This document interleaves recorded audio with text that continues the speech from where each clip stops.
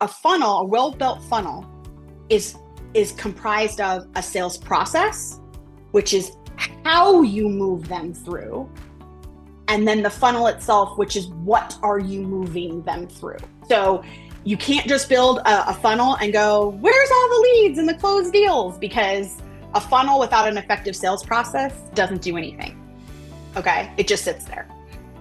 So there are 3 sales processes that needs to be a part of your business. And most of you get stuck right up here. Yeah. New, and then more new. Because I like marketing. Because marketing doesn't involve a no. So I don't have to deal with rejection sensitivity because marketing, there is no no. Or if there's a no, I don't know about it, so I'm in peaceful bliss. So love to get stuck in new prospects. And for people early in their businesses, new prospects is where it's at, right? Like you don't have the other options. But really the bulk of your money as your business grows is going to come from you learning how to keep that client in your funnel and active from level to level to level in your funnel. That's active clients. They are currently taking action. They know you're amazing. Their risk tolerance is low. You know they're a good fit for you. You're a good fit for them. They're already transacting. Why you all are ignoring this segment is tragic. It's like you come in, you do the job, and you go, okay, bye-bye. Bye. Maybe Sunday I see you again. Maybe. That's not an effective sales process. That is not an effective client retention program, okay? Because we can all agree that getting a new prospect to purchase is very expensive. It's expensive in time, it's expensive in money, and it's expensive in talent. It's expensive. So when you grab one, you want that expense is called the cost per client acquisition. So that's what it costs to get that client, okay?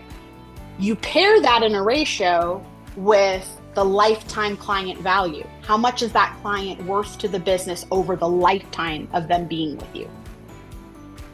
So the longer they're with you, the higher the lifetime client value, the more that cost per client acquisition ratio comes down, right? Now it's not as expensive in compared to what you're making. Okay. So the last bucket is past clients. So these are ones that have worked with you before and went quiet. So you need a way to re-engage with them. They're not new prospects. You are not trying to get over risk tolerance. You're not trying to get over proving your perceived value. You're not trying to decide whether they're a fit for you or not. Well, some of them are. I don't know about you all, but there's some clients that I'm like, I release you, please lose my contact information. For the most part, these are people that you have had a positive experience with.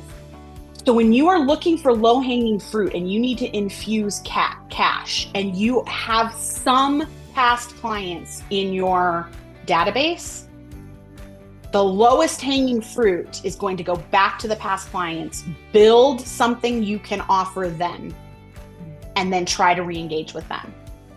So the easiest ones, active clients. Next easiest, past clients. Most difficult, new prospects.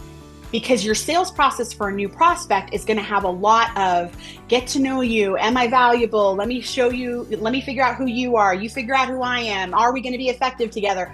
So this process is very different than an active client who's already transacting with you and you're just talking to them about what is the next best step to keep them moving, right? A past client, somewhat of a hybrid between the two, right? They're not active, so they're not currently in front of you, but they're not fresh. So this is the sales process that's a little squishier. Like you have to kind of blend these other two to figure out what your sweet spot is.